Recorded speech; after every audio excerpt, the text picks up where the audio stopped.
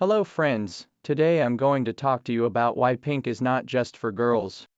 When you think of the color pink, you likely picture little girls in pink dresses, playing with pink toys like Barbies or Disney princesses. Pink is overwhelmingly associated with femininity and delicacy.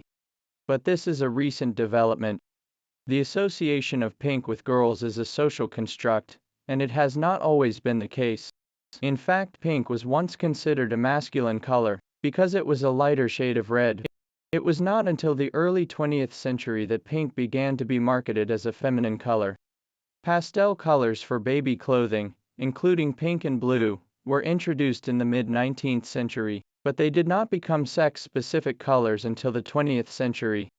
In the early 20th century, some stores began to suggest that certain colors were more appropriate for boys and others for girls. In 1918, the trade publication Earnshaw's Infants Department claimed that the generally accepted rule is pink for the boys and blue for the girls.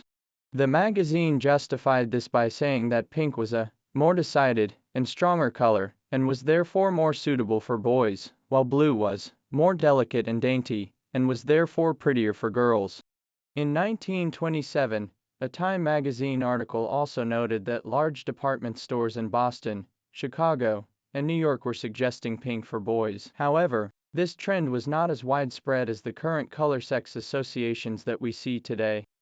The baby boomers, born in the 1940s, were the first generation to be dressed in sex-specific clothing, with boys and girls dressed like miniature men, and women instead of uniformly in children's dresses. Pink became the color for girls and blue the color for boys.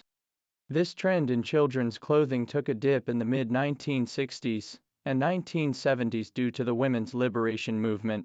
People involved in this movement believed that dressing young girls in feminine or stereotypically girly clothing would limit their opportunities for success, and many parents began to favor gender-neutral colors and fashions.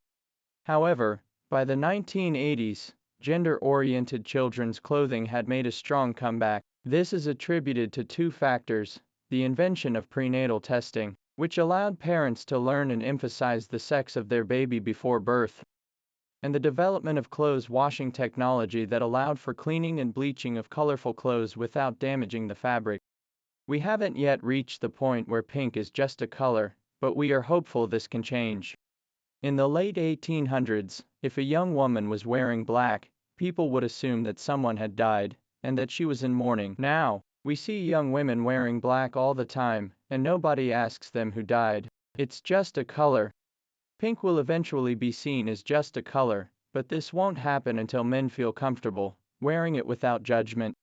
Pink is not just for girls. It is a beautiful and versatile color that can be enjoyed by people of all genders.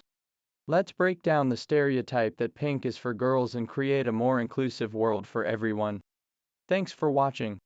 If you like this video, please don't forget to subscribe my channel and hit the notification bell for more videos.